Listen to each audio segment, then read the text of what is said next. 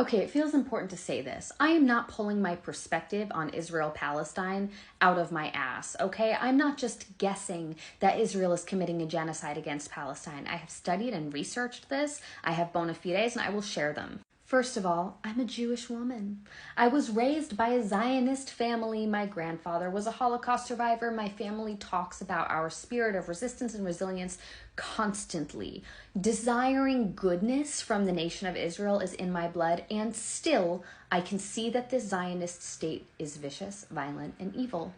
If someone who is raised by a Zionist family, by people who believe that Israel has the right to exist and that it is our salvation, if I can overcome my pro-Israel bias and learn about this conflict, so can you. And frankly, I should not be calling it a conflict, it's a genocide.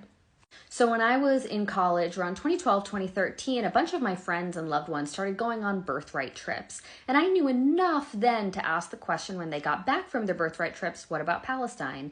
And when these people I love, admire, and respect started talking about Palestinians and using language like terrorists, I knew I had to learn more. I also knew that I wanted to go on birthright, and I was nervous about being brainwashed by the trip, and I should have been nervous. So before I went on birthright, I decided at my small liberal arts school in Massachusetts to get a well-rounded perspective, educational perspective on Israeli-Palestinian politics.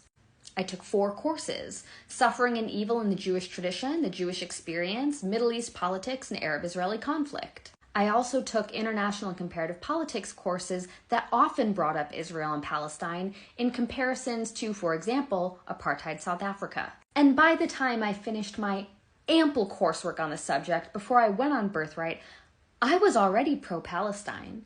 Because once you are in the literature, once you are in the research, not the media stories about this, not the pro-Zionist rigmarole on CNN and MSNBC, once you are in the literature and the data, this isn't a debate. This isn't a question. People talk about Israel-Palestine like it is incredibly complicated, and I reject that premise. It is not. We know that anti-Semitism exists globally, right? We know that Jews are not the most beloved population in the world. We know that Britain has a colonial history and they have taken on colonial projects even through the 20th and 21st centuries. Essentially, Britain already wanted to colonize Palestine. So did the United States. And at the end of World War II, Britain and the US got to talking and they thought, who do we want to exploit for military labor someplace that is surrounded by brown people so that we can rape and pillage land that we don't currently have access to? Where's one part of the globe we haven't effectively colonized yet? And there was Palestine. And Britain had been trying to colonize Palestine already. And so this was passed off to Jews who had just survived the Holocaust as a gift. Here we're granting you this parcel of land so that you and your progeny can exist in peace and not be violated anymore. Congratulations. Except that land already belonged to someone. Palestinians were already living there. And the US and Britain didn't give a shit about the well-being of Jews. They didn't care. This wasn't a gift for Jews. This was always intended to be a trap of, you do our military labor for us. We'll put you here and we'll grant you this parcel of land that already belongs to someone that there are already people on. And in return, you will rape and pillage that land for us and we'll just all share in the wealth. And it might be a good idea too if like your entire population were to, have conscripted military service so you can really defend that land that is yours, totally yours, bucko. And if you see who has emerged as the political leadership of Israel over the last few generations, this won't surprise you.